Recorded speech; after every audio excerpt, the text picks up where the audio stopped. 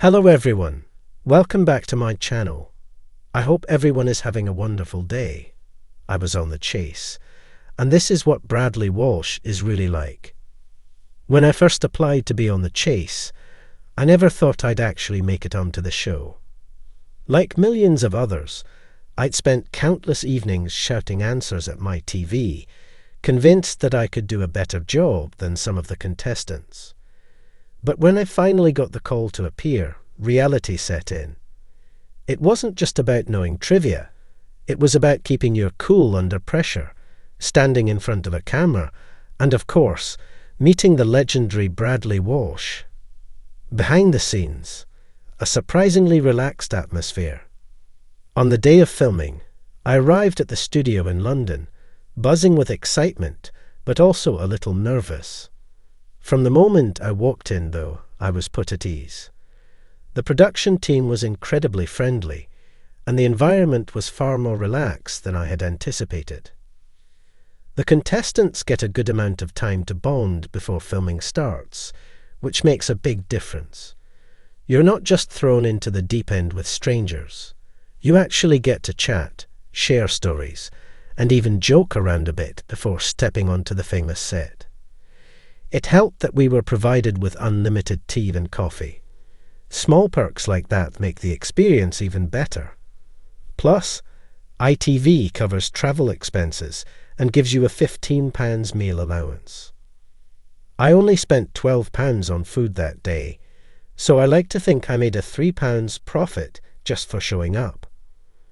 One thing that surprised me was just how fast-paced the filming process is. The production team records 3 episodes a day, which means there's very little downtime. Everything is planned with military precision, and the crew works like a well-oiled machine. You're briefed, guided through the process, and then it's go time. Meeting Bradley Walsh, the man behind the laughter. The moment we stepped onto the set, the energy changed. The lights, the cameras, and the iconic music playing in the background. It all felt surreal. And then, of course, there was Bradley Walsh. I'm happy to report that Bradley is every bit as charismatic in real life as he appears on TV. From the second he walked on set, he had everyone laughing. What surprised me the most, though, was how much he swore. Obviously, none of that makes it into the final edit, but between takes, he's just as cheeky and unfiltered as you'd hope. Despite the tight filming schedule, Bradley made an effort to joke around with us whenever he could. He has this effortless ability to put people at ease, which is probably why the show has been so successful for so long.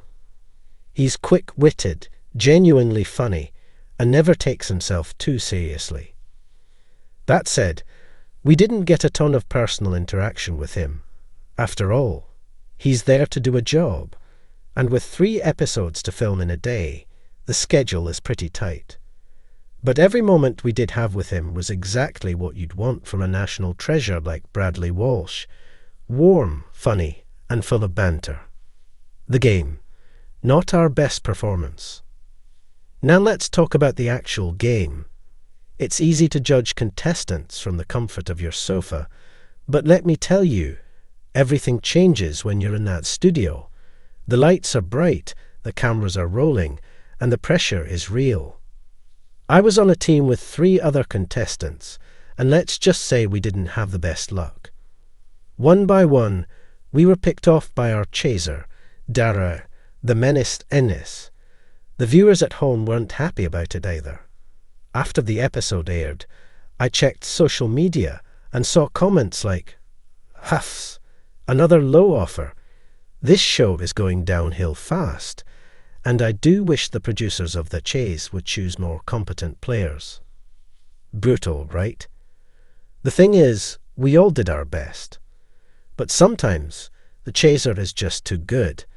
The questions didn't fall in our favour, and we struggled to build up a decent cash pot.